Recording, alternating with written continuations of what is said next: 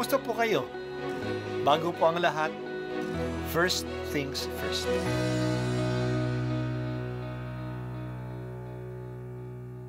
Good morning po. Sinisimulan po natin ngayon ang first things first. At dito po, tinatalakay natin sa unang bahagi ng umaga natin ay ang first readings na binabasa po sa banal na misa. Ito pong tinatalakay natin kasi madalas po marami na tayong alam tungkol sa gospel readings. Pero konti po ang nagsasalita sa first readings. Pero ang first readings, bahagi din po yan ng Biblia, ng banal na kasulatan. Kaya susubaybayan po natin ang mga first readings, basahin po natin at kuminsan kailangan ng basahin ng 2 o 3 beses bago maintindihan kasi hindi po tayo familiar sa mga istorya at sa mga kaisipan na tinatalakay dito. Ang pagbasa mula sa aklat ni Samuel. Noong mga araw na iyon, nang maawat na si Samuel, dinala siya ng kanyang ina sa templo sa Silo. Nagdala pa siya ng isang torong 3 taon, 36 na litrong harina at isang pitsel na alak. Nang maihandog na ang baka, dinala nila kay Eli ang bata. Sinabi ni Ana, "Kung natatandaan ninyo, ako po yaong babaeng tumayo sa tabi ninyo noon at nanalangin sa Panginoon. Idinalangin ko sa kanya na ako'y pagkalooban ng anak at ito po ang ibinigay niya sa akin. Kaya naman po, inihahandog ko siya sa Panginoon upang maglingkod sa kanya habang buhay." Pagkatapos nito, nagpuri sila sa Panginoon. Ang salita ng Diyos. Salamat sa Diyos. Si Samuel ay may mahalagang papel na ginampanan sa bayan ng Diyos. Nabuhay siya ng mga 1100 BC. Siya ang huling hukom sa Israel at siya ang nagtalaga ng unang mga hari sa Israel. Itinalaga niya si Saul at siya rin ang nagtalaga kay David. Kaya kay Samuel nagsimula na magkaroon ng mga hari sa Israel. Si Samuel ay anak ni Hana. Hindi nagkaroon ng anak si Hana noon at kinukutya siya ng kanyang pamilya. Nabigat ang loob niya nung ang pamilya niya ay pumupunta at nagsasamba sa Diyos sa dambana ng Silo.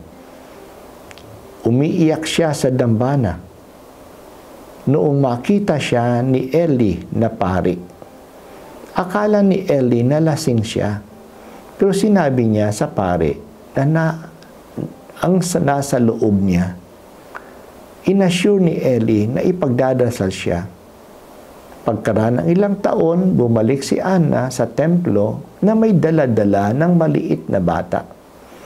Nag-alay siya ng toro, ng harina at ng alak.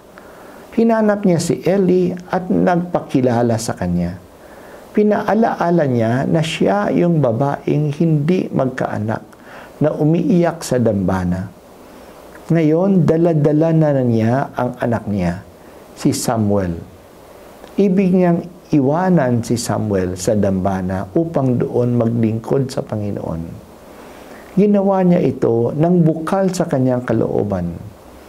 Ang awit ng pasasalamat at pagkilala sa Diyos ay ang salmong tugunan natin. Ito yung awit ni Ana. Ang awit ni Ana ay siyang inspirasyon ng awit ni Maria na pasasalamat, ang kilala nating Magnificat. Pareho ang kanilang paksa na dinadakila ng Diyos ang mga walang-wala at inataas ang mga dukha. Yan ang karanasan ni Ana at yan din ang karanasan ni Maria. Marunong tumingin si Ana ng utang na loob.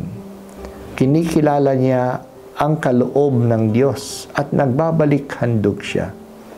Bilang pasasalamat at bilang tanda ng kanyang pagtitiwala sa Diyos, ibinalik niya ang bata na biyaya ng Diyos sa kanya. Hindi naman siya pinabayaan ng Diyos. Binigyan si Ana ng iba pang mga anak. Kung talagang kinikilala natin, marami tayong mga biyaya na ibinibigay ng Diyos. Madalas, binabaliwala natin ito. We take them for granted, so we did not come back to thank the Lord. At hindi na tayo nagbabalik handog. Parang mabigat sa loob natin na magbigay sa Diyos kasi akala natin, atin ang mga ito. Hindi natin kinikilala na ang mga mayroon tayo ay biyaya ng Diyos. Tayo sa totoo lang ay mga katiwala lamang. Hindi mabigat na magbigay sa Diyos kung kinikilala natin na galing naman sa Kanya ang binibigay natin sa Kanya. Yan ang ginawa ni Anna. Patuloy mong ipaalaala sa amin, O Diyos, na kami ay mga katiwala mo. Kilalanin sana lagi namin na kung ano ang mayroon kami ay galing yan sa iyo, na siyang pinanggalingan ng lahat ng kabutihan. Turuan mo kami, Panginoon, na magbalik handog sa iyo. Unang pagbasa, at ako po ay si Bishop Broderick Pabilio dito sa First Things First.